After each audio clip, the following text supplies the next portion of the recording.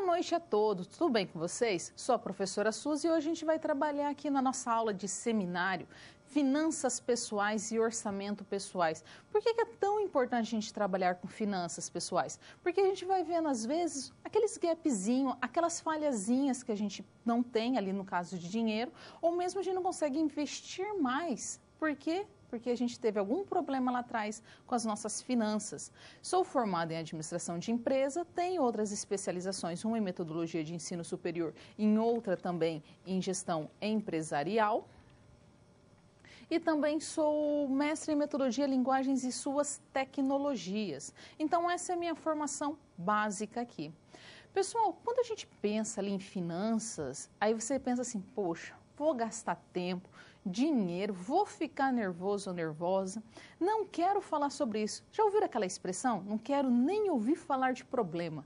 E muitas vezes o problema é financeiro.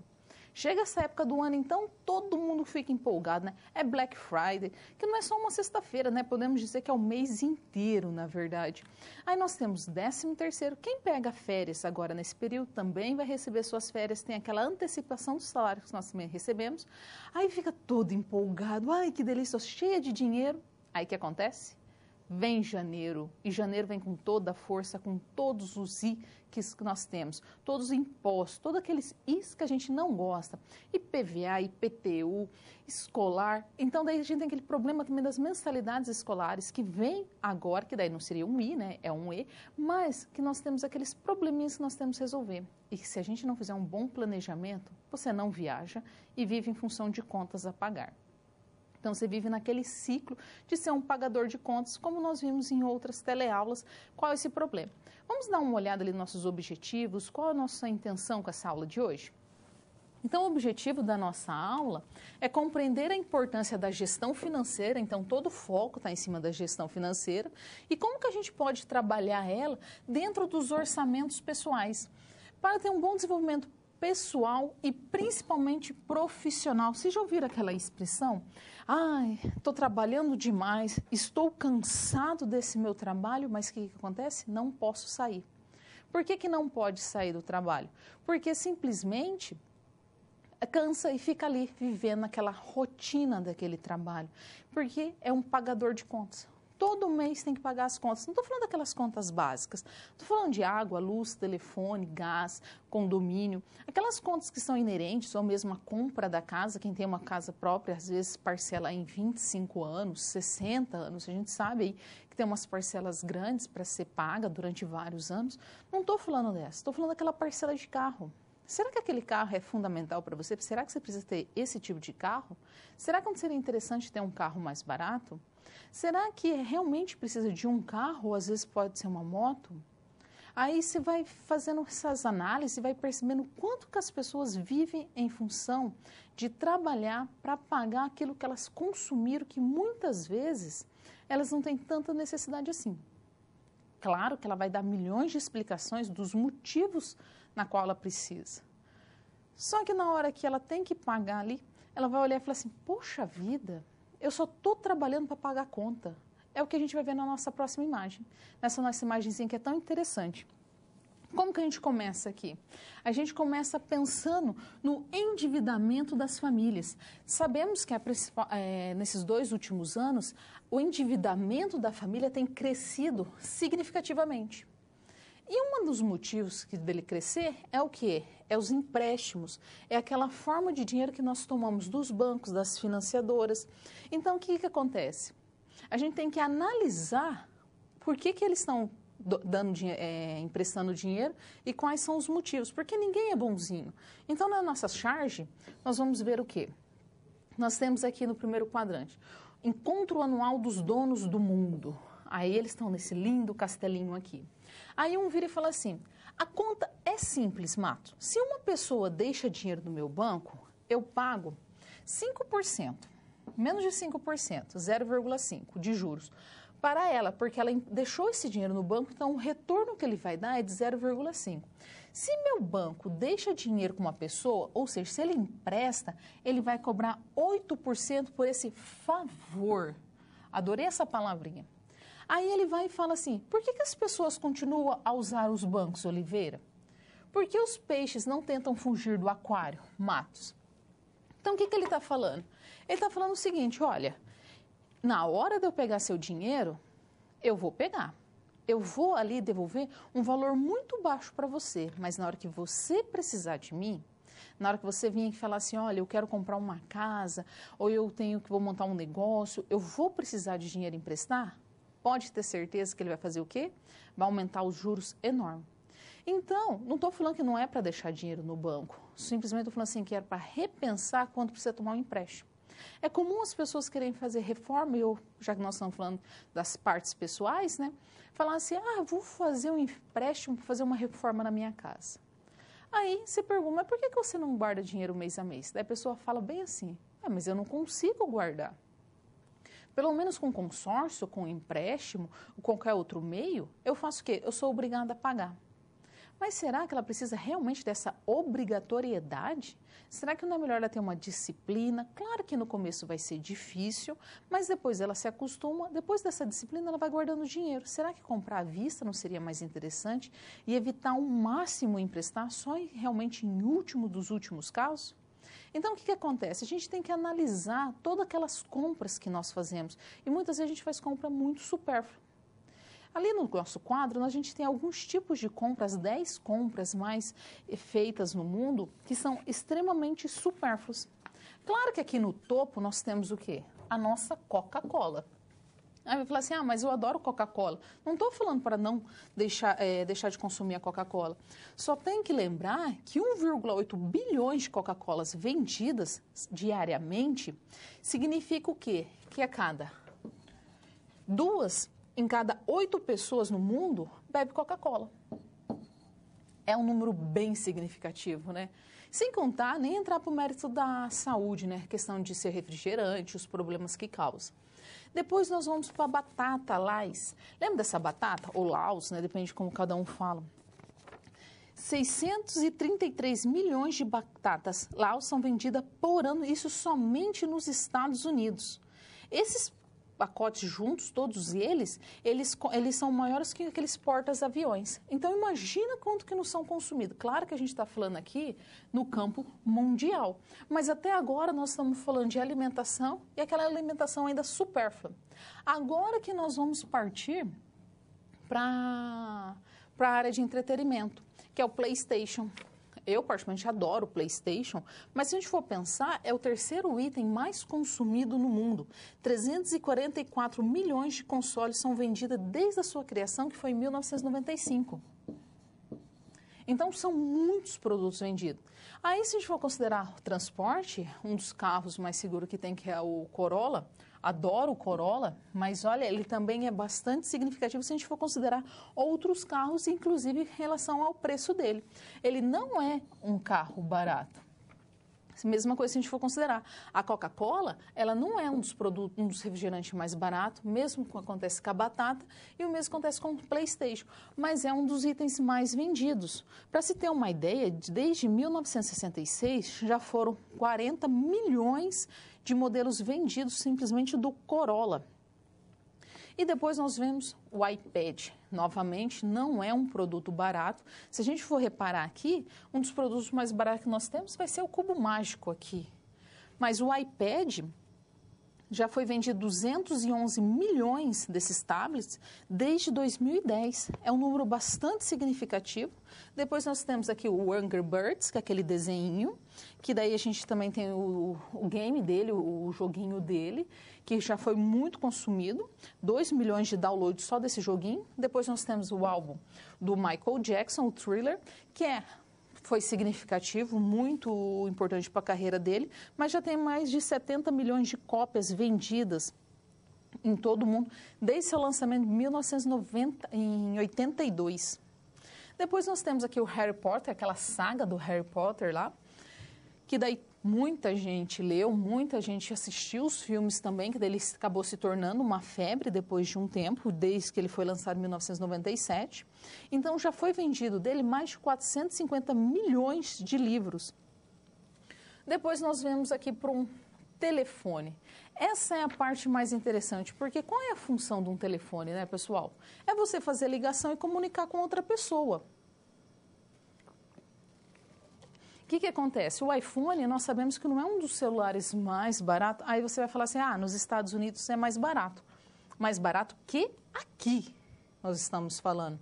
A gente está fazendo uma comparação, mas mesmo lá, em relação a outros produtos, ele não é o mais barato de todos. Então, só do iPhone, a gente já vendeu aqui 519 milhões de aparelhos desde a sua criação. Então, é um número muito expressivo. E o cubo mágico, que é aquele quadradinho, né? Então, já vendeu 350 milhões do cubo mágico desde 1980. Apesar que o cubo mágico, que eu acho interessante dele, é realmente as pessoas conseguiram montar ele, ou muitas delas acabaram comprando o cubo mágico e fizeram o quê? Tenta. Eu particularmente fiz isso, confesso. Tenta ali juntar ele, resolver ele, e às vezes não acaba resolvendo, deixa ali num canto, daí volta e meia pega um pouquinho, aí vai deixando, até que você coloca naquela caixa de brinquedo das crianças ali, deixa as crianças brincarem e esquece do cubo mágico. Queira ou não, é um dinheiro jogado fora, é um dinheiro perdido que muitas vezes a gente não percebe. Aí você fica ali naquela ânsia, às vezes, de comprar, e quando vê, é um dinheiro que ficou parado ali. E aí você vai pagar isso de alguma forma. Você vai estar pagando juros, ou você vai estar pagando em parcelas, mas você vai estar pagando. E como que a gente paga as coisas? Com o trabalho. E o trabalho faz a gente pagar com o quê? Com tempo de vida. Você deixa de descansar para trabalhar, você deixa de ter lazer, às vezes, para trabalhar. Principalmente aquelas pessoas, geralmente trabalham de segunda a sábado até meio-dia, a maioria das pessoas, não são? Mas tem aquelas pessoas que trabalham sábado e domingo, ou que tem o segundo trabalho. Aí, quando você tem um segundo trabalho para complementar a renda, por falta de gestão, o que você faz? Você perde tempo com a família. Perdido o tempo uma vez com a família, você não retoma mais esse tempo. Simplesmente foi um tempo que foi. Aí você às vezes fala assim, poxa, vai para a praia ou vai para descansar em qualquer lugar, seja pescar, seja na beira de um rio, numa chácara, qualquer lugar, independente do que for. Aí você está naquele momento de lazer e você fala assim, poxa, eu queria tanto ter tempo mais para fazer isso, eu gosto tanto de relaxar, eu queria tanto ficar aqui mais tempo, mas não pode porque tem que trabalhar, porque daí entra no ciclo vicioso de compra. É exatamente isso que aborda a nossa próxima charge. Vamos ver? Ela fala o seguinte, em busca de sentido da vida. Eu encontrei essa chave aqui, mulher 30. Então, ela vai e questiona, né? Ela fala assim, sabe que às vezes eu me pergunto qual o sentido dessa vida? Vamos falar a verdade, todo mundo faz esse tipo de pergunta, né? Muitas vezes a gente, quando está cansado mesmo, fica ali questionando por que a gente trabalha tanto. Por que não aproveitamos mais? A gente só trabalha. Por que a vida da gente se resume a trabalho? Esse é o questionamento da nossa amiguinha aqui. E a outra está teclando com cara de blasé. Pode reparar a cara de diferença dela. Aí ela vira e fala assim, porque você extrapolou nas compras de Natal, extrapolou nas férias, no carnaval e está com o cartão estourado até hoje. E ela volta a trabalhar. Pode reparar que nesse primeiro momento que ela está aqui, filosofando, ela está ali questionando sobre a vida, ela percebe das consequências e o que ela tem que pagar, qual o motivo de fato dela estar trabalhando e o que ela faz? Ela volta a trabalhar e foi isso mesmo que aconteceu. Então, a gente tem que tomar muito cuidado para o consumo não nos consumir. É exatamente essa frase mesmo. É aquela questão de você continuar ali feito um louco, trabalhando o tempo inteiro e, na verdade, por quê? Porque você consumiu. Não estou falando para deixar de consumir. Tem que ter um sentido para a gente consumir, mas ele tem que ser real. Você não pode se tornar escravo. É igual agora, no Black Friday. Um exemplo. Eu vi muita gente comprando no Black Friday e você fala assim, mas por que você está comprando? Realmente precisa? Porque eu trabalhei tanto esse ano e eu mereço. Não estou querendo questionar se merece, mas será que você não merecia um outro tipo de recompensa? Será que essa recompensa tem que ser diretamente na compra de algo para você trabalhar mais, para pagar aquilo e virar esse ciclo vicioso? E o interessante é que eu virei e falei assim, mas o que você queria? Ela falou assim, eu queria viajar. Então viaja. Mas eu não guardei dinheiro. Então para de comprar e começa a guardar dinheiro para poder viajar. É lógico, é simples. Não é fácil, não estou falando em nenhum momento que isso é fácil, mas não é tão complicado assim quanto as pessoas imaginam. Vamos ver um vídeo agora onde vai falar um pouquinho sobre supérfluo, sobre o que a gente pode gastar e o que a gente não pode gastar. Vamos ver? Olá, eu sou Gustavo Cerbasi e fiz esse vídeo para falar sobre supérfluos. Se você é uma pessoa que tem dificuldade para lidar com supérfluos ou vive com alguém que tem essa dificuldade, esse vídeo é para você. Se tem uma palavra que você deve riscar de seu dicionário, é exatamente essa palavra supérfluo. Não existem supérfluos. Supérfluo para mim é tudo aquilo que interessa somente ao outro e não a mim.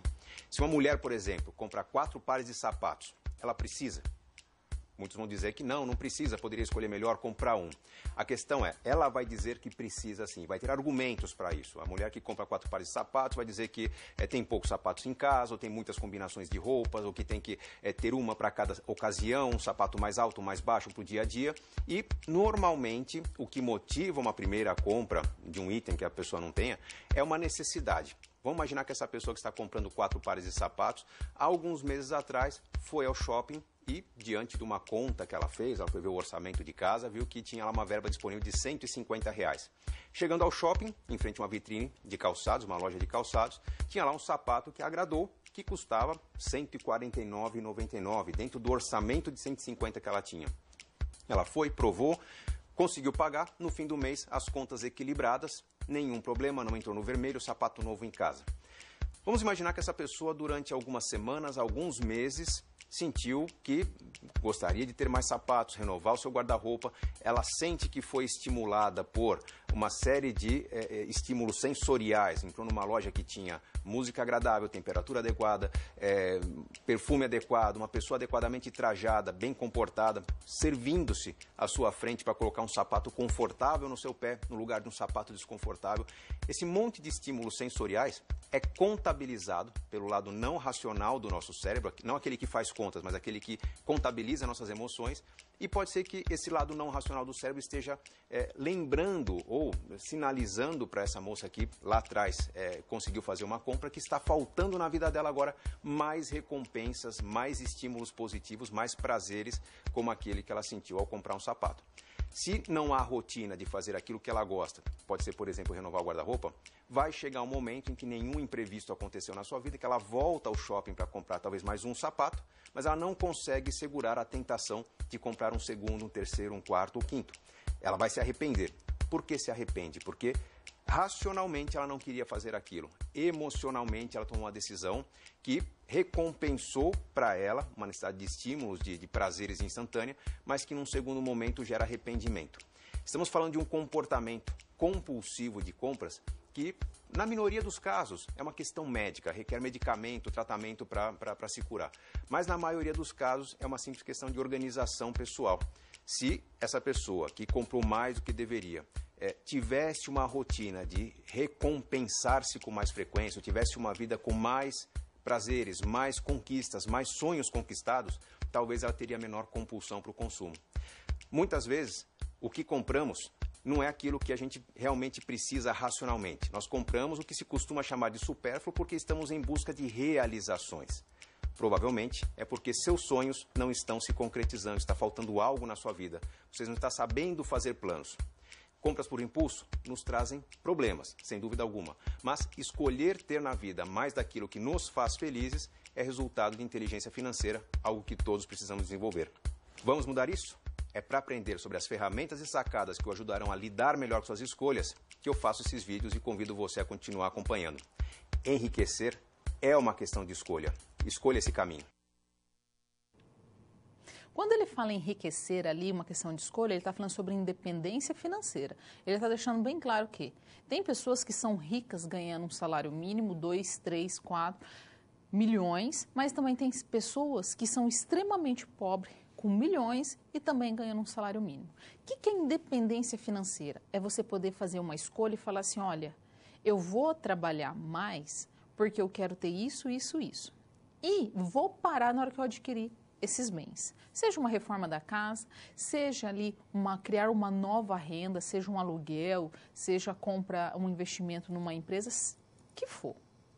Aí você teve um poder de escolha ali. E esse dinheiro que você, essa renda que você está criando a mais, ela vai possibilitar que futuramente você fale assim, ah, eu vou fazer aquela viagem, porque eu posso, porque financeiramente eu estou equilibrado. Se eu perder meu emprego hoje, eu continuo mantendo a minha renda tranquilamente, porque eu não dependo necessariamente do meu emprego. A gente tem que pensar que o salário da gente é como se fosse uma indenização, que a qualquer momento você pode perder. E não pode contar simplesmente com o FGTS ou com o seguro-desemprego. Você tem que criar uma nova renda. Aí as pessoas falam assim, ah, eu vivo do rotativo. Pelo amor de Deus, né? A função não é essa, a ideia não é essa. A ideia é que você economize. Ah, mas eu pago no outro mês. Uma pessoa independente, ela sabe que o salário dela vai independer, ela não vai precisar desse salário para sobreviver. E ela vai poder escolher aquilo que de fato ela vai querer fazer. Se é continuar trabalhando naquele emprego, é criar outro emprego para ele, o que ele vai fazer? Quando ele fala riqueza, ele está falando sobre essas escolhas. Então, como a gente faz isso? Com um bom planejamento financeiro. Vamos ver o nosso planejamento? Então, a gente tem aqui, diante do consumo excessivo, a partir do momento que começa a se comprar coisas demais, pode ser casa, ou itens para casa, vamos ser mais específico assim, porque daí fica mais fácil, né? Muitas pessoas acabam contraindo dívidas. E o pior é que essas dívidas, ela acaba comprometendo uma parcela significativa do salário. Então, vamos pensar assim, que a pessoa pega, vamos colocar ali 100% do seu salário. Ah, ela tem que gastar com alimentação, tem que gastar com lazer, ela tem que gastar com escola, com a moradia, o que ela paga. Então, o que ela faz? Ela fica tão cansada dessas despesas que ela tem que pagar, ela vai e começa a comprar supérfluos, ela começa a ter aquele consumo excessivo, porque ela está cansada daquela rotina. E ela não percebe isso. Aí ela acaba comprometendo inicialmente ali, pode parecer pouco 10%, daí ela vai para 20%, 30%. Quando vê, chega a 50%, 60% do salário e acaba se tornando o quê? Inadimplente. Aí ela não consegue mais pagar. Aí vira uma bola de neve. Então, para se ter um bom planejamento financeiro, é indispensável que se faça o quê? O registro. É realmente pegar ali o caderninho. Nossa Senhora, mas vai desenhar mal assim lá na China, né? Gente, como eu desenho? Então, vamos lá. Tentar desenhar de novo. Bom, imaginem que isso aqui é um caderno. E aqui eu não sei como que eu faço. Mas isso aqui é um caderno. E você vai registrar item por item. Alimentação.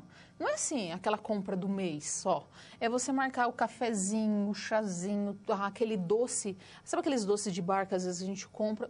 Tudo. Anotar tudo, tudo, tudo. Então, você vai fazer aquele monitoramento contínuo, não é uma vez por mês. Se você gastar dinheiro todo dia que você vai fazer. Então, você vai fazer o primeiro controle de todas as receitas que foram obtidos e você vai fazer a subtração dos gastos realizados em determinados períodos. Eu aconselho fazer diariamente. Eu, particularmente, gosto muito do diariamente, porque daí você vai tendo uma maior noção do que você vai estar fazendo. Aí você fala assim, ah, mas se eu não gastar dinheiro diariamente? A partir do momento que você gasta. Se você gosta de fazer no Excel e nos meios eletrônicos, tem muitos aplicativos que trabalham com isso, coloca lá, eu ganho X. Aí você vai colocar todos os itens que você vai ter ali. O importante é ter um bom planejamento, principalmente quando a gente vai pensar em aposentadoria. Tem pessoas que falam assim, ah, mas como você quer aposentar? Ah, eu quero aposentar bem. Bem como? Ah, eu quero não precisar trabalhar, se eu mantesse a minha renda como se fosse hoje. Mas aí você fala assim, sua contribuição vai te possibilitar que tipo de renda? Um salário mínimo, 2 salários, você ganha quantos salários? Então, você tem que se agilizar ali. Aí fala assim, ah, mas você quer se aposentar com quantos anos? A Previdência determina uma idade, mas isso não significa que você tem que se aposentar exatamente naquela idade, você pode se aposentar em outra. Aí fala assim, ah, eu quero me aposentar com 50 anos. Aí a pessoa está com quanto? 37. Você fala assim, meu filho, só tem 13 anos? Vamos correr ali, vamos agilizar. Será que realmente tem esse tempo hábil? Ou senão a pessoa está lá, você pega ali com 20 anos e está já pensando na aposentadoria. Se ela está pensando em aposentar ali com 50, ela tem 30 anos para trabalhar. É essas sacadas que faz com que o planejamento seja eficiente. Faz com que o dinheiro trabalhe para você e não você trabalhar em função do dinheiro. é igual a nossa primeira charge. Apesar de ser 0,5% ali a partir do momento que você empresta seu dinheiro para o banco, tem que pensar isso. A partir do momento que você deixa o dinheiro no banco, você está emprestando. Você está falando assim, olha, toma conta aqui do meu dinheiro para mim. E evitar ao máximo pegar deles, porque eles vão falar assim, olha, eu também vou te dar meu dinheiro para você cuidar, mas eu dou muito valor por ele e eu cobro alto por ele. Então, são esses itens que nós temos que tomar cuidado. Então, a gente tem que ver muito bem e fazer o quê? Uma planilha constante. Vamos dar uma olhada no quadro? Então, quando a gente vai fazer um planejamento financeiro, como que a gente consegue ver melhor? Você faz acima do orçamento. Então, o orçamento, ele acaba possibilitando você visualizar melhor. E uma das formas de visualizar é em cima de uma planilha. Se você gosta de meios eletrônicos, faça por meios eletrônicos. Se não gostar, faz de formulário, compra um caderninho, faça o que quiser, mas faça. Aí, o que é interessante? Tem um pequenininho, aqueles bloquinhos mesmo. Eu nem vou me arriscar a desenhar aqui, porque vou falar a verdade que é muito ruim. Pega aqueles bloquinhos e você vai sair, você sabe fazer alguma compra, você já leva uma caneta, aí você vai marcando lá todos os itens que você vai gastar. Feito isso, o que você tem que fazer? Você tem que fazer sempre a confrontação da sua renda total com todas aquelas despesas.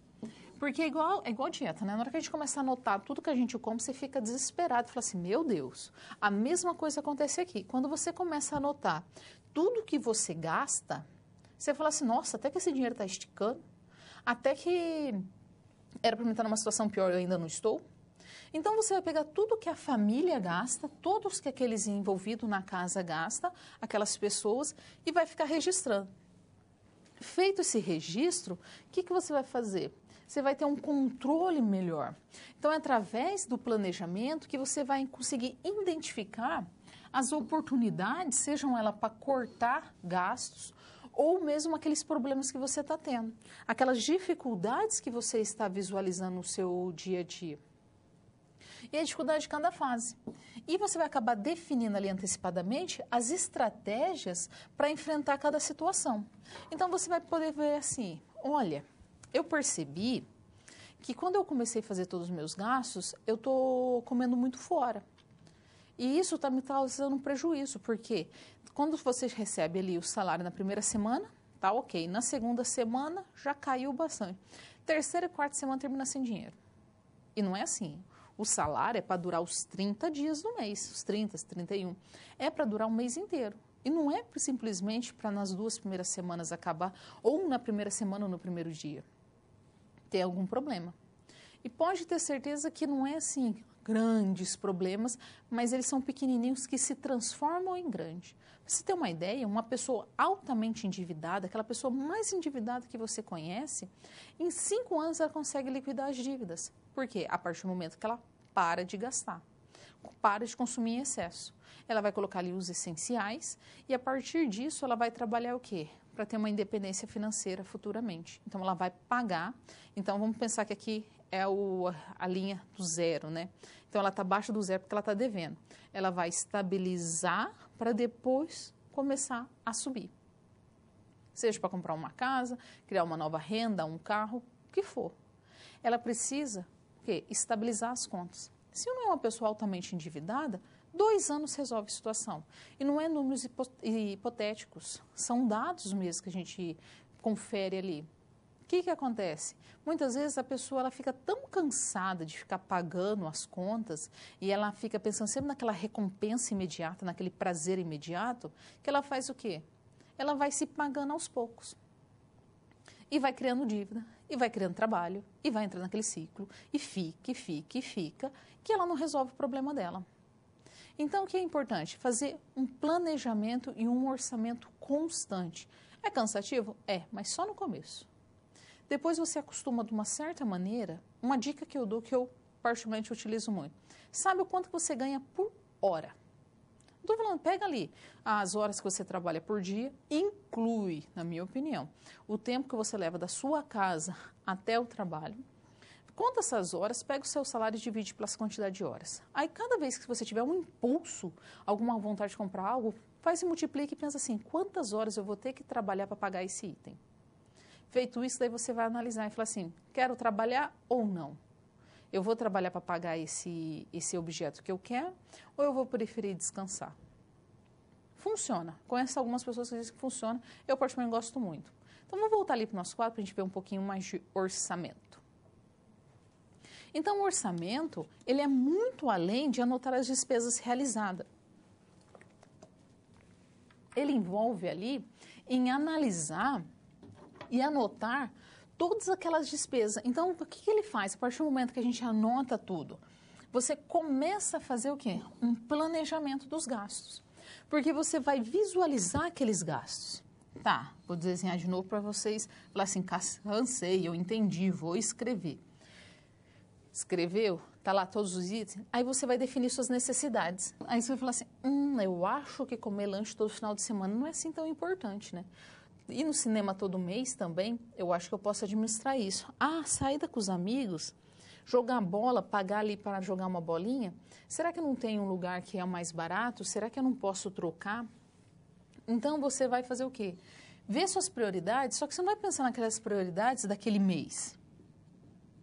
Você vai pensar, vai colocar aqui, que como que você espera estar dali um ano. E depois você vai fazer o quê? Você vai pensar como que você vai estar na sua aposentadoria. Vou colocar aqui como AP. Então, não é só aquele planejamento imediato, nem suas prioridades imediatas. Você vai pensar inicialmente mês a mês, só que depois você vai pensar no anual e quando você for aposentar. Porque muitas vezes a gente vê pessoas fazendo os seus planejamentos, mas esquece da aposentadoria. Elas acham que vai aposentar com quanto? 100, 200, 300 anos, que ela vai ter tempo suficiente para realizar tudo o que ela quer. E de trabalho, estou pensando assim, só que na hora de querer aposentar mesmo, ela vai aposentar com 50, que é o que ela deseja. Só que ela quer tantas coisas que não consegue parar e não tem tempo hábil para isso. Então, o orçamento vai ajudar a entender os hábitos de consumo, identificar como atingir as metas. O que acontece? A partir do momento que você consegue entender ali, você vai olhar e falar assim, agora eu sei onde que eu estou gastando. Agora eu sei aonde que eu estou perdendo dinheiro aqui. Então, o que eu tenho que fazer? Primeiro passo, classificação das contas do orçamento financeiro. Colocou ali, vou desenhar aqui, vou bater nessa tecla até o fim. Anotou item por item que está gastando. Ok. Anota de qualquer maneira inicialmente. Depois que você faz, classifica. Nós temos aqueles tipos de renda que são fixas, e nós temos as rendas variáveis. Eu sei que pessoas que recebem por renda variável é um pouco mais difícil, mas é só isso. Um pouco mais difícil, não é impossível. Renda fixa é que pode ser aquela pessoa que é assalariada mês a mês. Então, ali fica mais fácil, porque todo mês ela sabe o quanto que vai ganhar, então acaba se tornando fazer um planejamento melhor.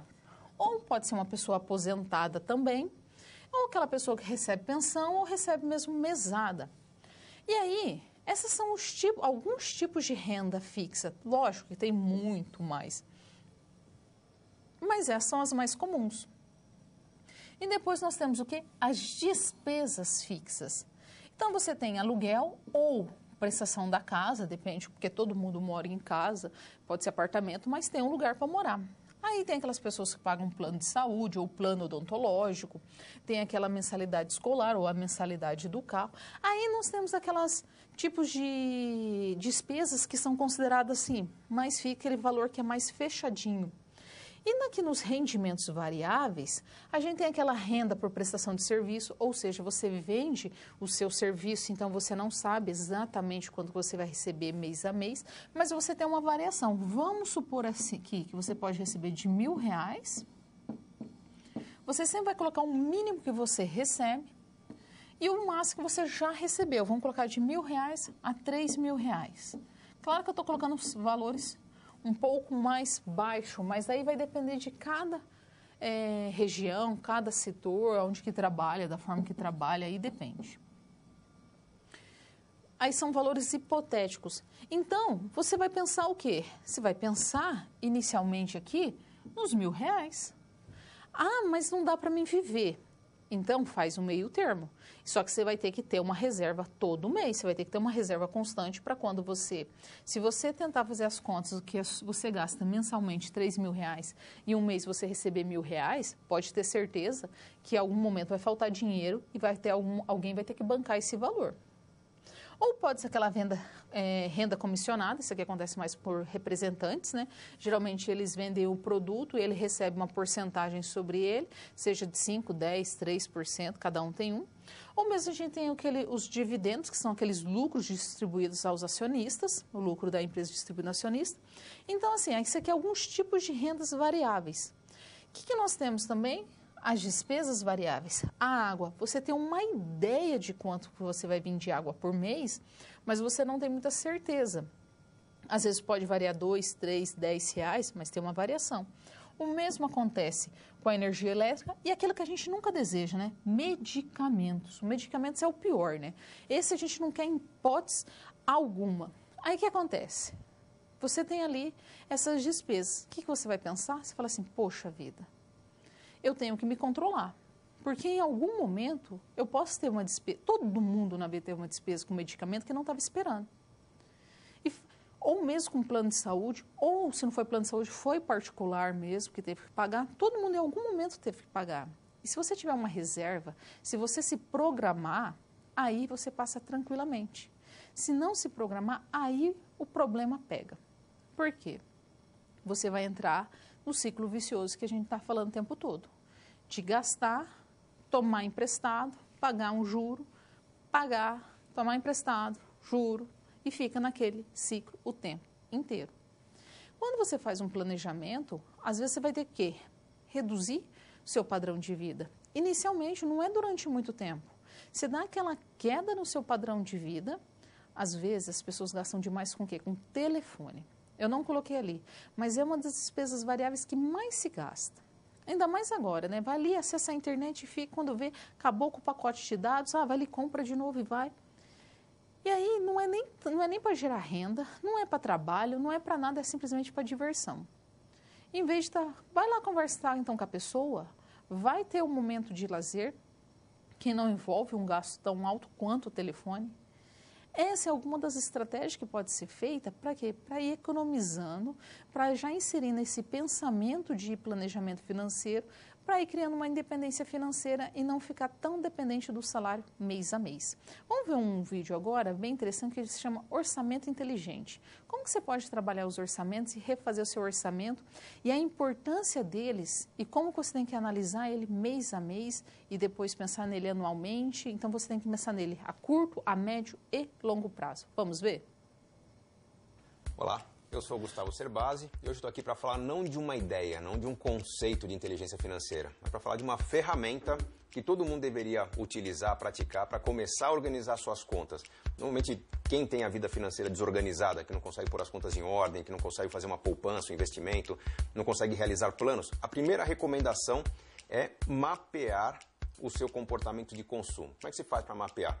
É fundamental que você escreva, coloque por escrito o seu comportamento de consumo, descreva suas escolhas feitas ao longo de um mês, para que você possa chegar no final desse mês e estudar, entender o que você fez.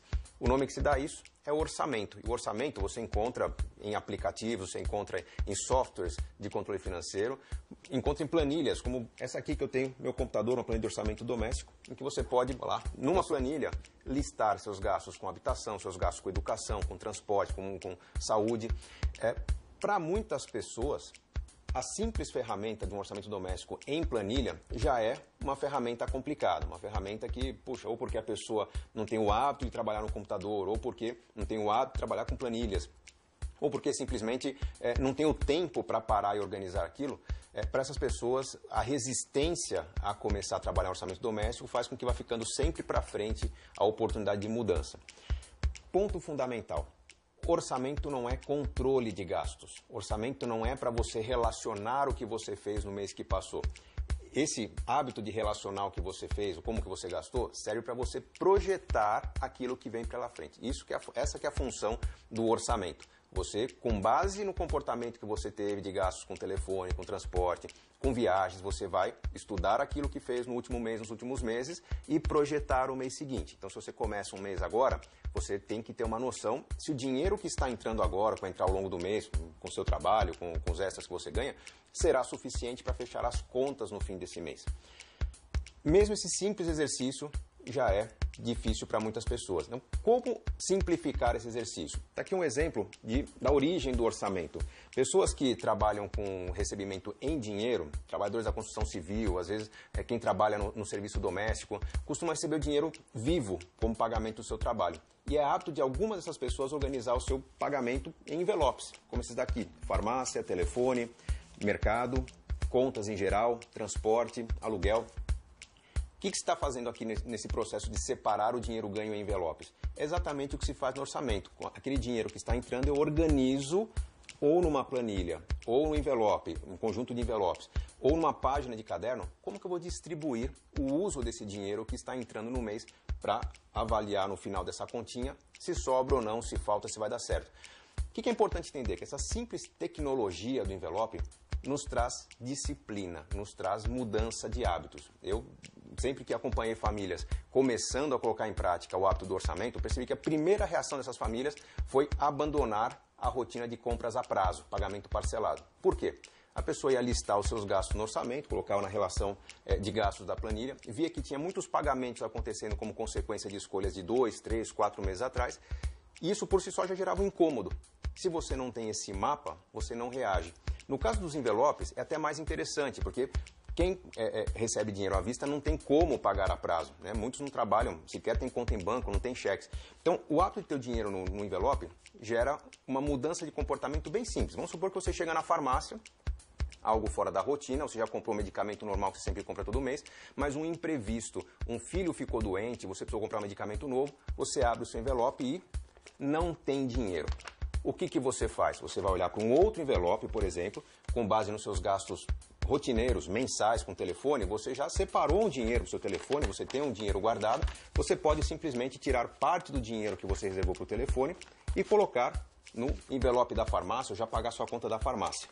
Por que isso muda comportamento? Muito fácil entender. Quando você olha um envelope que está se esvaziando ao longo de um comportamento mensal, você vai toda semana ou ao mercado, ou à padaria, ou à feira, e você vê o envelope ficando vazio, é natural, nosso cérebro reage. Você começa a mudar o comportamento diante da escassez. Você começa a se organizar para gastar menos. Então começa a aumentar a disciplina para aquele item de gastos. Quando você vê um envelope que está ficando com pouco dinheiro, o seu cérebro reage à escassez. Você recebe um sinal de alerta e começa a mudar seu comportamento, aquele gasto recorrente que você tem indo toda semana à farmácia, ao mercado, à padaria, vai adotar um comportamento de consumo mais restrito, mais restritivo, porque dinheiro está secando. É um comportamento diferente quando você vê a carteira cheia, o envelope cheio, você tende a gastar mais. Então é interessante perceber que o volume de dinheiro que aparece no envelope tende a tornar as pessoas mais consumistas.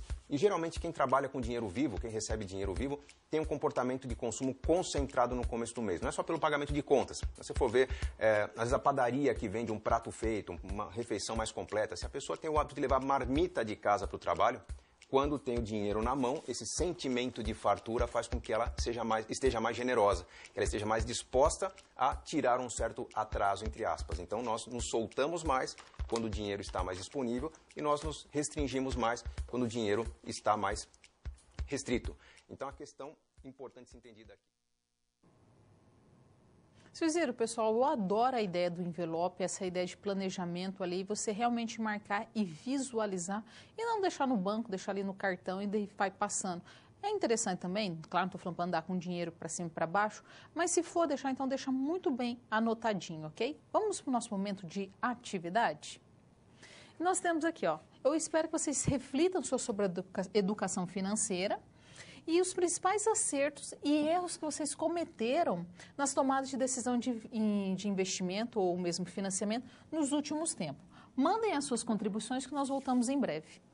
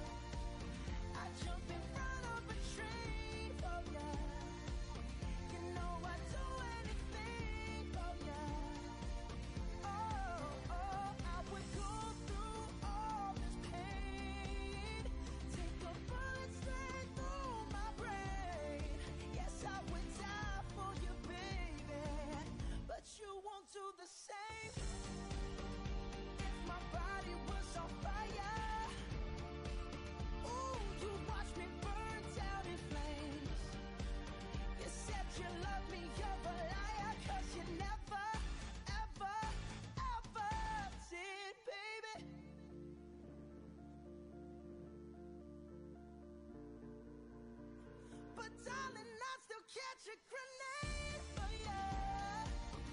Throw my hand on the blade for ya. I jump in front of a train for ya. You know I'd do anything for ya. Oh, I would go through all this pain. Take a bullet.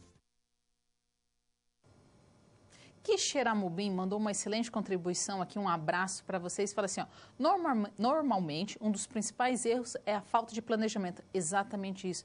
Não planejar nem a curto, nem a médio, nem a longo prazo. O grande problema é o planejamento. Pirapora, um abraço para vocês também, um grande beijo. A grande maioria dos brasileiros é ser imediatista e não planejar. Exatamente isso. Principalmente essa questão de impulso, né? Essa questão de ser imediato, pegar, comprar ali na hora. Itaberaba, um abraço para vocês. O primeiro erro é gastar por conta, ou seja, gastar com quem ainda não se tem. Excelente, Itaberaba. Vocês me puxaram um gancho para falar o quê? Do 13º. Muitas vezes as pessoas vão ali, gastam 13º, sabe que vai receber agora, mas o que acontece? Elas vão ali, gastam o 13º e simplesmente não receber ainda. É um absurdo se a gente for pensar, né? Então, vamos voltar ali para o quadro que a gente vai ver um pouquinho sobre a estabilidade, como que a gente consegue chegar nesse nível de estabilidade. Vamos lá? Então, como que a gente faz para ter estabilidade financeira, seja no presente ou no futuro? Porque a gente não pode pensar no passado, porque já foi, né? O passado é mais para a gente identificar apenas, analisar. Então, o primeiro passo, identificar os gastos. Identificamos os gastos, discrimine ali as despesas fixas, aquelas como luz, água, gás, telefone, aluguel, condomínio, transporte, educação, assistência médica, assistência até mesmo funerária, alimentação e assim vai. Esporte, que às vezes a gente acaba gastando. Aí você tem que considerar as despesas eventuais, aquelas despesas que você não está assim tão acostumado e que você não espera que ocorra, mas que vai gastar. Remédios, aquele conserto, pode ser aquela torneira que quebrou em casa, cabeleireiro, principalmente vai ter um casamento, vai ter um evento, vai ter que gastar ali com maquiagem, oficina, ninguém quer gastar com oficina, mas quando o carro não tem manutenção, ele vai ali e fala, olha, eu parei, agora vocês vão ter que pagar. Então, oficina mecânica é um gasto que tem que ser considerado. Lazer, eu vou dar até um destaque especial, porque muitas vezes as pessoas não planejam os lazer. Os vícios, pode ser como cigarro, qualquer outro tipo de vício. E as prestações, aquelas prestações pode ser de roupa, pode ser qualquer tipo de prestações, aquelas taxas que nós temos que pagar e principalmente os impostos. Então, a gente primeiro tem que identificar todos esses tipos de gasto. Aí, o que você vai fazer? Você vai fazer uma estimativa para os próximos 12 meses. Por que 12? Aquele ano. Você vai sempre agora começar a pensar num futuro. Um futuro mais imediato, mas um futuro. Então, você vai considerar aquelas despesas que são consideradas sazonais, que são aqueles materiais de volta às aulas, uniforme, tudo que envolve para estudar. As despesas como IPVA, IPTU, licenciamento de carro, seguro também, as datas comemorativas, seja aniversário, casamento, Dia dos Pais, Dia das Mães, Natal, Dia das Crianças e principalmente férias com a família, que muitas vezes é ignorada por falta de planejamento. Então, o que você vai fazer? Essas despesas, elas consideram um gasto substancial no orçamento, é um gasto bem grande. Se não for muito bem discriminada, se você não pensar nela durante o ano e dividir esses valores, você vai acabar passando batido e viver ali só pagando, vivendo em cima do cheque especial, do cartão. Então, você vai fazer o quê? Você vai discriminar essas receitas, então você vai pegar seu salário, a renda, tudo que você ganha e tirar o valor líquido recebido. Então, você vai ter ali uma ideia de quanto que você vai ter de fato. Aí você vai analisar cada item, identificar a oportunidade de redução, você vai falar assim, eu acho que eu posso dividir meu transporte com um colega meu, para ir trabalhar, que a gente trabalha junto e mora perto, e vai cair pela metade. Então você vai fazer o quê? Você vai estabelecer as prioridades e você vai determinar metas para cada membro da família. Olha, você vai chegar e falar assim, pessoal, a gente não pode gastar muito não, nem com água, nem com alimentação, com desperdício nenhum. Chegou no quarto, acendeu a luz, saiu, apaga. Então você vai fazer um controle melhor e estabelecer as prioridades. Por quê? Porque você quer ter uma estabilidade financeira e isso é uma vantagem para todos da família. Então, você vai fazer o que no final? Fazer o balanceamento entre as receitas e as despesas mensais. Então, você vai pegar tudo que você recebe, menos as despesas. E o final tem que ser positivo. No começo, vai acontecer de ser negativo ou ficar ali no 0 a 0. Mas, como que está avisando aqui a estabilidade, futuramente ela vai se tornar positiva. Então, você vai chegar e vai ficar revisando constantemente as metas até chegar em sobras condizentes com os planos para o futuro. Por isso que eu estou falando aqui, ó, quando você vai analisar aqui a receita menos as despesas, pode ser que no primeiro momento o saldo fique negativo ou fique neutro. Mas depois você vai acabar tendo o quê? Um resultado positivo, que é o que se espera, é o que se planeja. O que acontece? Quando você está ali pensando nos seus gastos e pensando assim, mas poxa, eu vou pensar em anual, ó, a gente está com final de ano, esse é um ótimo momento para pensar o quê? Vai viajar, não vai? Faz o quê? Vai pensar assim, olha, janeiro, eu tenho que pagar os impostos do carro, eu tenho que pagar os impostos da casa, todos os impostos tem que pagar. Ok, já pega e paga. Se não for conseguir pagar agora de uma vez, vai pagar parcelado? Não tem problema. Mas você já vai fazer uma estimativa, você já coloca ali, acrescenta 10%, geralmente aumenta 10%, né? Que está aí às vezes vinculado à inflação. Vê quanto que a inflação subiu e joga esse valor, Você coloca esse valor adicional. Então vamos colocar ali que seja 10%. Aí você vai falar assim, olha, meu IPTU vai aumentar 10%. Possivelmente meu carro vai aumentar tanto. Ou possivelmente para reduzir, mas é melhor a gente sempre pensar no aumento. Soma, você fala assim, eu vou para a praia, eu vou para um sítio, eu vou para um hotel fazenda, vou para qualquer lugar, quero ficar determinados dias. Faça uma estimativa e vai somando. Olha, então lá em novembro, dezembro, eu vou ter que pagar a matrícula da escola das crianças, ou mesmo o material. Acrescenta esse valor também. Eu vou ter que dar presente para o pai, para a mãe. Vai colocando. Soma tudo, divide por 12. Aí, todo mês, você vai pagando um pouquinho. Quando chegar lá no final do ano, você já vai ter o dinheiro do IPTU, você vai ter o dinheiro do licenciamento. Quando chegou os aniversários, você já tinha o dinheiro para o presente, porque geralmente a gente vai fazendo sempre o mesmo cálculo, né, de presente. Então, você já vai estar ali com esse dinheiro guardado e não vai ter nenhum tipo de problema futuro. No começo é difícil, mas depois fica natural. Vamos ver um vídeo que vai falar sobre independência financeira e a importância dessa independência financeira? Olá, eu sou Gustavo Cerbasi, estou aqui para ajudá-la a conquistar a sua independência financeira. Todos deveríamos poupar para, no futuro, manter nossa vida ou parte dela com os rendimentos do nosso esforço de poupança. E é para que todos façam isso que precisamos desenvolver mais a educação financeira. Só que independência financeira é um conceito que poucos conhecem. Independência financeira é poder viver dos frutos de seus investimentos, de seu patrimônio. Para alguns, significa poder deixar de trabalhar ou se aposentar. Mas a independência financeira é muito mais do que isso. Significa liberdade. Liberdade que pouca gente tem, justamente porque não fez antes o que deveria ser feito. Enquanto eu construía a minha independência financeira, confesso que meu objetivo era, um dia, deixar de trabalhar. Trabalhava muito, horas e horas de aula, finais de semana preparando aulas, corrigindo provas. Queria juntar dinheiro para um dia viver dos rendimentos desse dinheiro e deixar de dar aquele trabalho que era extenuante para mim. Quando eu conquistei essa independência financeira ainda jovem, percebi o poder que eu tinha adquirido. Com ela, pude dizer não aos trabalhos que não gostava e passei a aceitar somente projetos que significavam muito para mim, que eram prazerosos. Trabalhando com paixão, trabalhei melhor. Meu desempenho cresceu, veio o reconhecimento, os prêmios e convites para trabalhar mais. Hoje, trabalho mais do que quando me sacrificava para poupar. mas faço com gosto e com paixão e não tenho nenhum plano de um dia deixar de fazer o que eu faço. Isso explica a independência financeira. É ter liberdade de fazer o que você gosta, talvez até ganhando com isso, com a segurança de não perder essa liberdade no futuro. Com a independência financeira, você pode viver do seu patrimônio.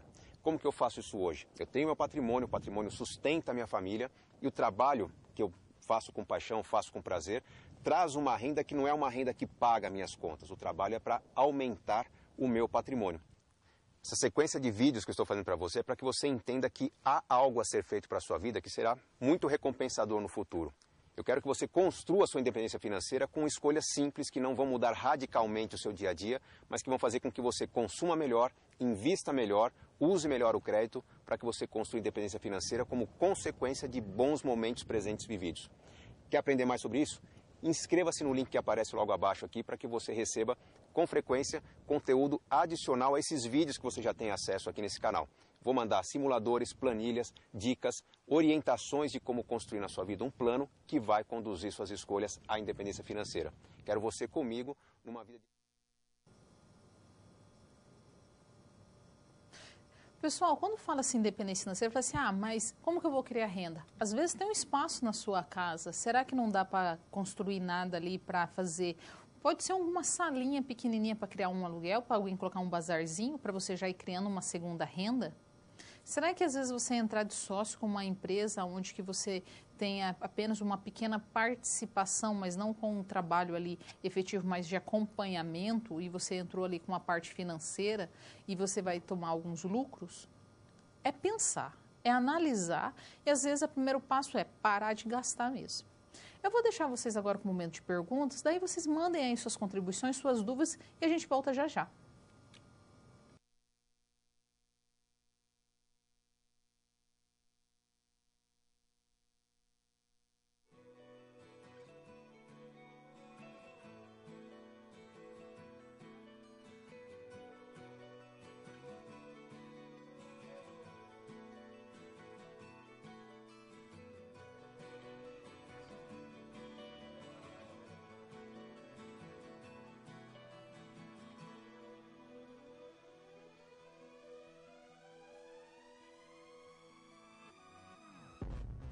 Waking up to ash and dust. I wipe my brow and I sweat my rust.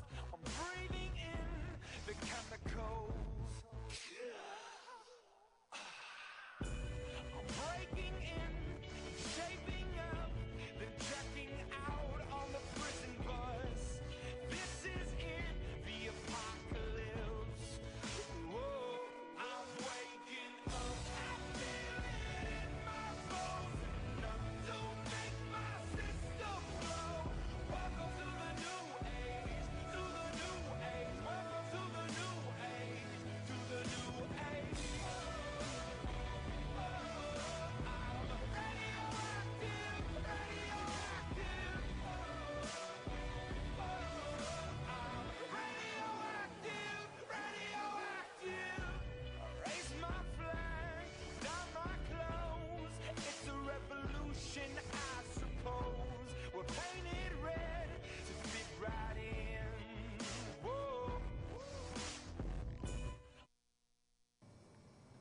Então, pessoal, o que tem que ser feito?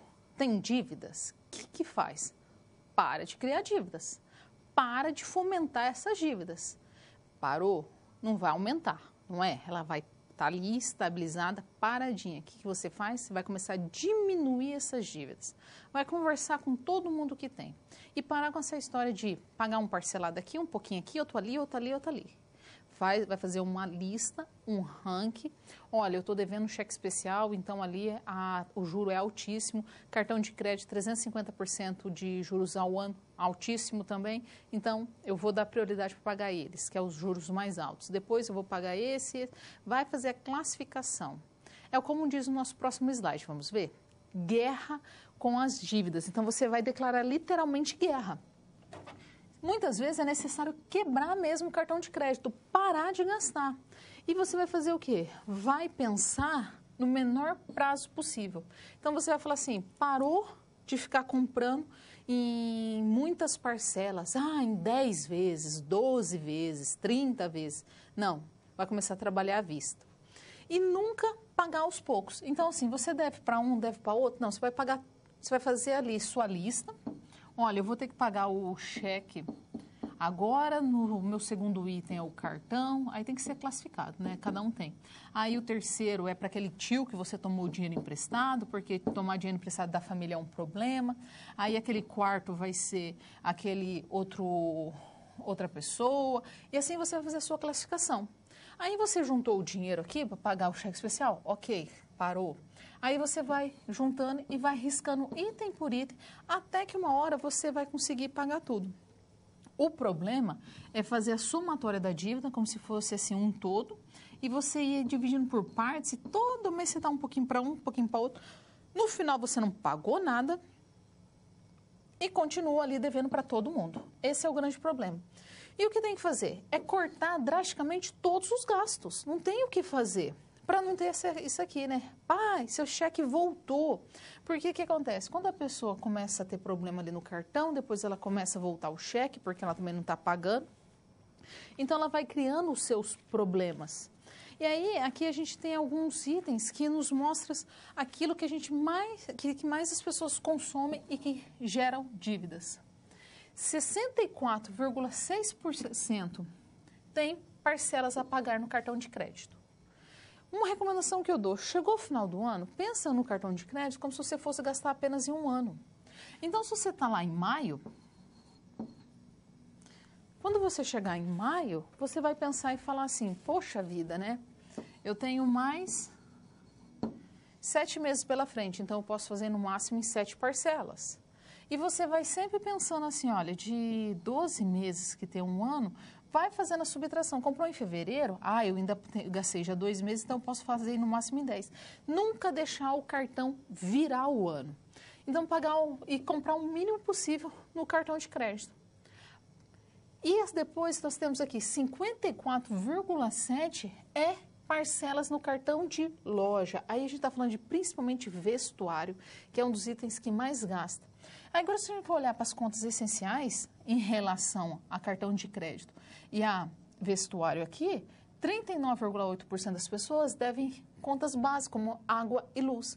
Paga um mês, fica a próxima atrasada, daí paga a outra, fica a próxima e tem uma atrasada. 36,5% é parcelas em carnê, que muitas vezes não são considerados itens de primeira necessidade. 22,8% são cheque especial. As pessoas trocaram muito, né, o cheque pelo cartão, né? Por isso que o cartão de crédito ele está liderando aqui. Depois nós temos 21,3% de contas de telefone. Isso está incluindo fixo e celular. Depois 21,2% sobre o crédito consignado, né? Aquilo que ele fala assim, ah, mas é baixinho, né? Esse valor não é tão alto. 19,8% sobre a internet. TV por assinatura, 18%, financiamento de casa, 14,6%, planos de saúde, endivida geralmente as pessoas em 11%, escola e faculdade, 10%, financiamento automotivo, pode ser moto, carro, pode ser caminhão, o que for, 8,7%, aluguel, 8,1%, e parcelas a pagar em cheque, 7%, aí o condomínio 0,3%. Isso aqui são alguns rankings de como as pessoas ficam endividadas. E aí o que tem que fazer? Negociar essas dívidas. E como que ela pode negociar? Ela tem que dar o quê? Muita importância, ela tem que analisar muito as taxas de juro, ver de fato quanto que ela está gastando ali, quanto que ela vai pagar. Então, assim, nunca olhar o valor simplesmente da parcela, e sim a taxa de juro. Fazer um planejamento para pagar essas dívidas, aquilo que eu falei para vocês, fazer um ranking ali de como que vai pagar e quanto que vai guardar mês a mês para pagar essas dívidas. Negociar a dívida sozinho, de preferência, não ter nenhum intermediário ali. Então, você vai ali, seja o mais honesto possível com a pessoa e fala, olha, eu estou com um problema financeiro e eu não tenho condições de pagar se não for nessas condições. Se você não puder receber dessa maneira, você vai lá para o final da lista. É quase que falar isso. Porque vai chegar um momento que se você não negociar, você não vai conseguir quitar. E evita agir por impulso, não vai ter mais compra. Então não anda com dinheiro no bolso, não anda com nada com dinheiro que possa... E se tiver aquela... Fala assim, eu não posso ver uma loja que eu quero comprar, então não passe na frente da loja. Então, evitar tirar todos aqueles mecanismos que pode ter. E aí, ter calma. Muitas vezes as pessoas ficam doentes porque ela tem gastrite, por causa que elas ficam com as dívidas causam um transtorno muito grande, depressão. Mas é o quê? Ter calma, porque evitar que essa bomba estoure, remediá-la o máximo possível e ter cautela dali para frente. Então, não é fazer aquelas compras mais... Sem medir as consequências, é analisar cada compra que for fazer. Então, a gente vai ver um vídeo que vai falar sobre dívidas. Vamos ver? Eu sou o Gustavo Cerbasi e quero falar com você sobre dívidas. Muita gente acha que o problema de suas vidas são as dívidas, mas dívidas não deveriam ser um problema. Dívidas são uma dádiva, na verdade. Nada melhor que contar com o dinheiro dos outros quando acaba o seu. Ter dívidas significa que você está contando com o dinheiro de alguém para manter um padrão de vida que não caberia somente em seu bolso. Então, é algo positivo. O problema começa a acontecer quando as dívidas não são pagáveis, ou quando elas são impagáveis, não cabem no orçamento, que é o que acontece quando elas são contraídas por falta de planejamento ou quando elas fogem ao controle, aquelas dívidas que têm um efeito bola de neve. Dívidas ou crédito sempre serão positivas quando, primeiro, estão construindo renda. Então, eu posso contrair uma dívida para comprar um equipamento que eu vou usar no meu trabalho, para comprar um veículo que vai me levar para um trabalho que me dê um salário, que vai permitir montar um negócio, que vai permitir que meu filho ou eu mesmo estude e pague um curso. Depois eu vou pagar essa dívida quando terminar o curso. Quando eu estou criando renda com a dívida que é contraída, eu estou agregando valor à minha vida, então aquele custo da dívida se paga com a renda que vem a mais. Uma outra opção é quando a dívida preserva algum tipo de planejamento. Digamos que eu esteja poupando dinheiro regularmente para a faculdade do meu filho, para o intercâmbio, para um projeto futuro, para a minha aposentadoria. Para não deixar de contribuir regularmente para um projeto que é muito importante para mim, aconteceu um imprevisto, eu recorro ou ao cheque especial, ao empréstimo, um recurso que me ajuda a manter o equilíbrio. É ruim? É mais caro. O quanto você gasta com esse crédito, o quanto você paga de juros, é o custo da falha que você cometeu no seu planejamento. Então, não se deve evitar determinantemente qualquer tipo de dívida. O importante é ter a consciência do porquê você está recorrendo a ela. Quando essa dívida acontece por falha no planejamento, quando ela custa caro, é o caso de um empréstimo pessoal, um cheque especial, é importante reagir rapidamente. Você não deve conviver com a sua dívida. Então, como se faz? No caso, uma opção que eu tenho, se eu me vejo no vermelho, acontece de acontecer um imprevisto e de repente eu vejo que está faltando recurso na conta, eu vou tentar vender alguma coisa que eu tenho em casa, vou entrar num desses mercados virtuais, mercado de segunda mão, para me desfazer de algo que eu tenha que possa virar dinheiro e quitar minha dívida, ou vou tentar substituir essa dívida por outra mais inteligente. Então eu posso conviver com o cheque especial, conviver com o empréstimo por alguns dias, mas se eu vejo que é algo recorrente, eu posso, de repente, refinanciar o meu veículo, eu posso tomar o empréstimo um pouco mais organizado, disciplinado, com prestações que caibam no meu bolso, para que eu elimine essa dívida mais cara e tenha prestações futuras que vão funcionar melhor no meu orçamento. Importante é entender que o custo do crédito é o custo ou da falta de planejamento ou o custo da oportunidade que eu estou me dando de ter algo melhor na minha vida. Se você usa com inteligência os recursos alternativos que você tem de crédito, dívidas serão sempre uma alavanca para aumentar sua riqueza e viver melhor. Então, sem aquela loucura de não contrair dívida alguma, de sempre poupar ou não contrair nenhum tipo de obrigação. Se você tem um bom planejamento financeiro, você gasta bem o seu dinheiro, você consome bem, você tem bons planos para o futuro. Imprevistos sempre vão acontecer. É para os imprevistos que o crédito pode ser muito útil e pode ajudar a sua vida. Utilizadas com inteligência, dívidas sempre serão uma alavanca para que você possa aumentar sua riqueza e viver melhor. Então, se você tem um bom planejamento financeiro para que você gaste bem o seu dinheiro, se você tem bons planos para o futuro, aconteceu um imprevisto, conte com recursos de terceiros para manter seu equilíbrio. Tenha consciência dessa dívida e livre-se dela o quanto antes ou substitua por algo melhor. Gostou dessa dica? Quer aprender a usar o crédito de maneira inteligente? Inscreva-se no link abaixo. O problema não é ter dívida, é não conseguir pagar. E quando ela vira aquela bola de neve que você não consegue ter controle. Mas tendo controle, se ela é para algum tipo de alavancagem, seja empresarial ou financeira, pessoal, não tem problema. Só que tem que ter um controle dela, um monitoramento dela constante. Vamos para o nosso momento de reflexão e ver o que a gente espera, o que a gente deseja ali? Você sabe o quanto você gasta? Você realiza seu orçamento financeiro? Você planeja as viagens no seu orçamento ou você deixa para a última hora? Espera assim, se sobrar dinheiro no final do ano eu vou viajar. Qual é o seu planejamento para a aposentadoria? Reflita aí e manda aí as suas reflexões para nós.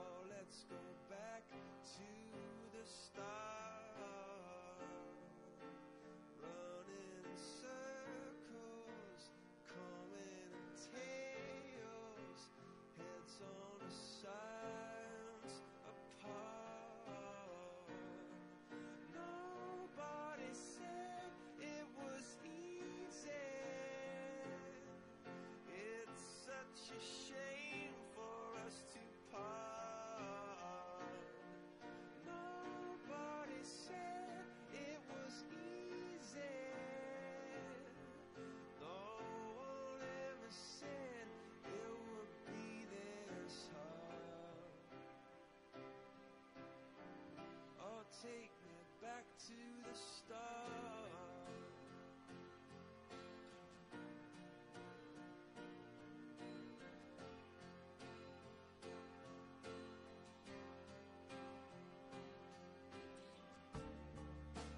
I was just guessing at numbers and figures, pulling the puzzles apart.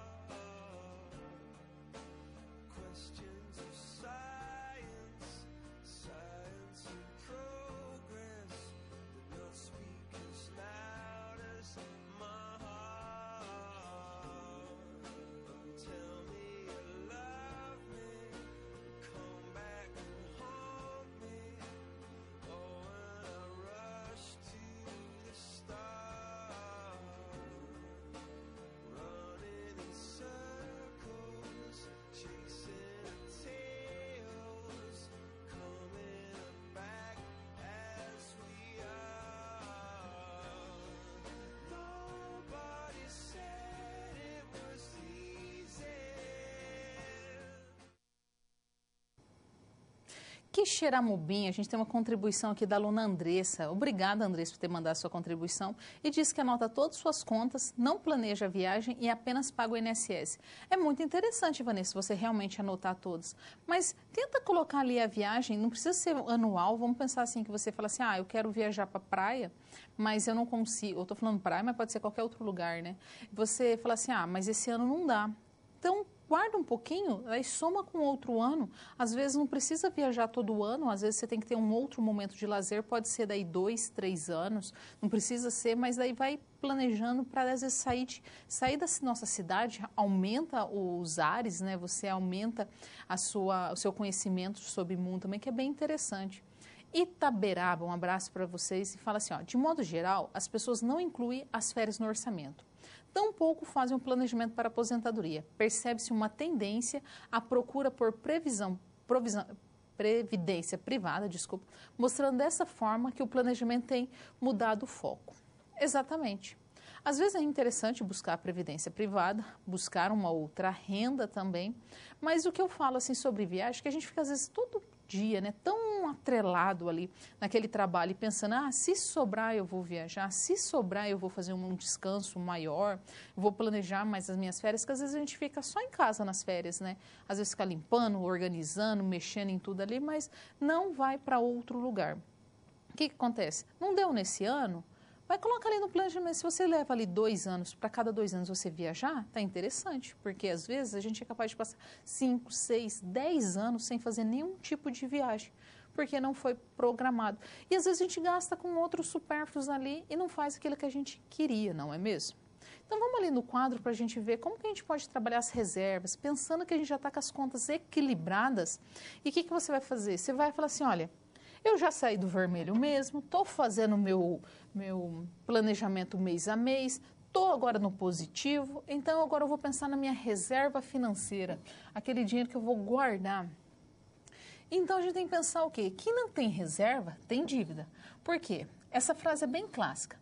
Se você não tem nenhum dinheiro guardado para nenhum tipo de segurança, para nada, ficou doente, vai ter que gastar, você vai fazer uma dívida.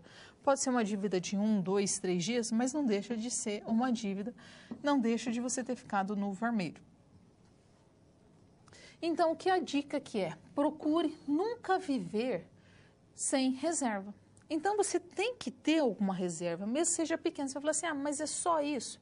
Pensa assim, se você guardar R$50 por mês, quanto que você tem no final do ano? R$600. Aí fala assim, ah, mas eu não posso guardar R$50. Tá bom, guarde R$5 por mês. No final do ano você vai ter R$60. Aí fala assim, ah, mas é tão pouco que eu não vou guardar. Só que se você tiver no final de 2016, R$60. 2017, mais R$60. 2018, R$60. Aqui a gente já está falando de R$180. Isso sem contar que foi se aplicar na poupança e mais juros simples, então imagina o quanto que vai guardando. É bem aquela história, né? Para você dar uma grande caminhada, você tem que dar um passo de cada vez. E às vezes você começa de muito pouco. Então, se lembra que todas as empresas do mundo têm reserva. Então, se as empresas têm, você também tem que pensar em ter uma reserva. Seria como se você fosse uma pequena empresa. Se a gente pensar como se nós fôssemos uma empresa, aí tudo ficaria muito mais fácil. Porque as empresas que não têm reserva, pode ter certeza que elas vão para a falência, elas vão para a bancarrota, elas vão viver um tempo ali de grande crise financeira, pode até mesmo falir, acabar com a empresa, ou ela vai depender de recursos de outros para poder se sustentar. E vai terminar sendo o quê? Escravos desses recursos. Vai viver pagando conta para os outros e vai acabar fazendo o quê? Enriquecendo outras pessoas. Então, o que tem que fazer? Como que pode se criar uma reserva financeira? Primeiro, você tem que parar de gastar e você tem que começar a ficar ali no 0 a 0, né? Então, a partir do momento que as despesas, então tudo que você ganha, subtrai tudo que você gasta, começar a sobrar, porque você fez um bom planejamento, você não tem dívida nenhuma e você não tem nada para pagar mais de extra, você vai trabalhar agora mais com a vista, você tem que colocar uma meta de poupança mensal. Aí você vai falar assim, ah, então eu vou guardar todo mês 10% que eu ganho, 20%, 30%, o meu 13º que eu recebo eu já vou colocar na poupança. Aí você também, por quê? Porque se você resolver fazer uma reforma, qualquer coisa que você queira fazer, comprar um novo carro, você vai inserir lá no planejamento e vai colocar ali, mês a mês, quanto que você vai tirar. Então, você vai estar aqui, não vai mexer na sua meta mensal. Então, você tem que colocar aqui, ó, meta mensal, a sua poupança mensal. E ela é o quê? Ela é diferente, na verdade, das despesas. Você não pode colocar, ou ela tem que ser igual, ela nunca pode ser maior e nem menor. E a cada compra, vamos pensar assim, você agiu por impulso. Comprou de uma maneira não planejada, de uma maneira que você foi ali pela emoção. Comprou, ou você vai pegar todo esse dinheiro e guardar o mesmo valor, ou pelo menos 10% você vai guardar para a poupança. Então, vamos supor assim, se você comprou por impulso e gastou R$100, você vai ter que pegar R$10, no mínimo, e vai ter que guardar na poupança. Por quê? Porque essa compra não foi planejada e essa compra não foi analisada previamente. Recebeu um dinheiro extra, seja para uma indenização, seja para férias, o que for, guarde. Se você quer comprar alguma coisa, lembrando, tem que colocar lá no planejamento, lá no orçamento antecipadamente. Faça as reservas de emergência, não é aquela reserva ligada diretamente aqui com a sua poupança que você está fazendo, mas uma possibilidade, olha, meu carro, eu não quero, mas pode ser que alguém bata em mim, pode ser que meu carro aconteça qualquer tipo de problema, ou mesmo problema com saúde. E o mais importante de tudo, não reduza gasto com a saúde, mas tem que esse gasto com a saúde tem que ser muito bem analisado. O que acontece? Não é para gastar com saúde, mas também não é para ter uma vida desregrada.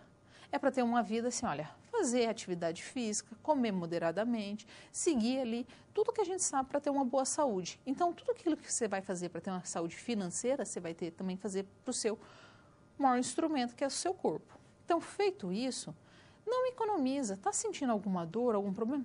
Vá ao médico. Então, ali não é lugar para se economizar. Tem que fazer uma consulta no oftalmo todo ano? Faça. Tem que trocar o óculos? Troca, coloca no planejamento. Ali não é lugar de se gastar. Então, vamos ver ali as considerações da nossa teleaula de hoje? Então, o que nós vimos? Então, você tem que pensar o quê? Que você está no controle das suas finanças. Então, a partir do momento que você está no controle das suas finanças, você é o único responsável pelos seus problemas financeiros. Você que criou seus problemas financeiros, você é responsável por ele e você que vai ter que sair deles. Então, você é o único que tem a decisão e o poder de mudar. E parar de gastar e planejar. E começar a planejar o pagamento de todas as contas e de todas as suas dívidas e depois fugir do endividamento e começar a aprender e a gostar e a viver à vista. As nossas referências, o que a gente utilizou hoje foi o livro do Silva, do Eduardo Dias, que é Gestão em Finanças Pessoais, uma metodologia para adquirir educação, e também do Santos, que fala Finanças Pessoais para todas as idades, um guia prático. E eu vou deixar para vocês depois um vídeo sobre tempo não é dinheiro. Então, a importância para a gente ministrar muito bem o nosso tempo. Foi um prazer estar aqui com vocês. Espero que o ano que inicia seja um bom ano, com finanças em dias, com bom planejamento financeiro e que tudo corra em muita paz. Tchau, pessoal. Olá, tudo bem? Para você, tempo é dinheiro? Cuidado com as referências.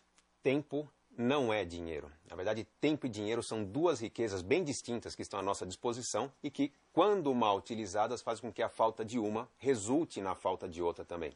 Por exemplo, está sem tempo? Vai pagar mais caro por serviços de conveniência. Ou está sem dinheiro? Vai perder tempo para resolver seus problemas de maneiras criativas. Ou vai perder produtividade por estar cheio de preocupações na cabeça. Resultado, vai render menos e gastar mais tempo com o seu trabalho. Tempo e dinheiro são duas riquezas que, quando bem utilizadas, traduzem perfeitamente o conceito de riqueza. Quem não se sente rico, tendo tempo para estar com os filhos, para cuidar da sua saúde, para talvez pensar numa viagem mais criativa? Quem não se sente rico tendo liberdade para lidar com imprevistos, quando acontece algum problema na sua vida, quando tem uma oportunidade de fazer um gasto pontual não planejado? Riqueza é ter liberdade de escolha. É rico quem balanceia seu tempo entre o trabalho e a vida pessoal e quem dá a seu dinheiro uma utilidade maior do que a que outras pessoas dão. Como equilibrar isso? Na verdade, lidar com o tempo é uma arte que pode ser aperfeiçoada ao longo do tempo, requer técnica. A partir do momento que você, usando ferramentas adequadas, se organizando melhor, organizando sua rotina, consegue ter tempo disponível, a última coisa que você deveria fazer com esse tempo disponível é aproveitá-lo descansando, por exemplo. Se o tempo era algo raro na sua vida, deveria ser natural, intuitivo, você entender que tempo livre, fora da sua rotina, deveria ser usado para organizar melhor alguma coisa que faça com que falte tempo na sua vida. Por exemplo, organizar suas finanças pessoais. Então, vamos imaginar que você, organizando sua agenda, agora com um fim de semana livre que você não tinha muito tempo, perca ou consuma esse fim de semana organizando o seu orçamento. Vai valer a pena? Vai valer a pena, porque com um orçamento mais organizado, você vai ter menos problemas, vai perder menos tempo lidando com esses imprevistos, consequentemente, vai ter menos perda de dinheiro. Com menos perda de dinheiro, talvez possa adquirir novas ferramentas, talvez um aplicativo, um software, talvez até uma agenda ou uma ferramenta nova, que permita organizar melhor seu tempo. Então é quando você consegue balancear essa disponibilidade de tempo, que leva à organização pessoal, que faz sobrar mais recursos, que permitem organizar melhor seu tempo, que você cria uma espiral de prosperidade na sua vida que muita gente não consegue ter justamente pela desorganização da agenda ou do orçamento. Então a recomendação é fazer o sacrifício para ou organizar o dinheiro, ou organizar a agenda, mas não contar com o resultado desse sacrifício para já colher algo de imediato. Dê um passinho a mais. Aquele conceito do você trabalha, eu trabalho. Você descansa, eu trabalho. Você reclama e eu descanso. É aquele passo a mais que você dá que faz com que você organize para um segundo momento uma vida de mais prosperidade. É aquele fim de semana que o outro aproveitou, é aquele feriado que o outro descansou, que vai fazer com que os próximos finais de semana, os próximos feriados sejam de muito mais riqueza e abundância na sua vida. Então, às vezes, o que está faltando é aquele primeiro sacrifício para dar um grande salto na sua vida. E eu deixo a pergunta, o quão rico você é? E o que está faltando para ser mais rico ainda? Muitas vezes o que está faltando é um pouquinho de tempo e um pouquinho de organização para você ter escolhas melhores.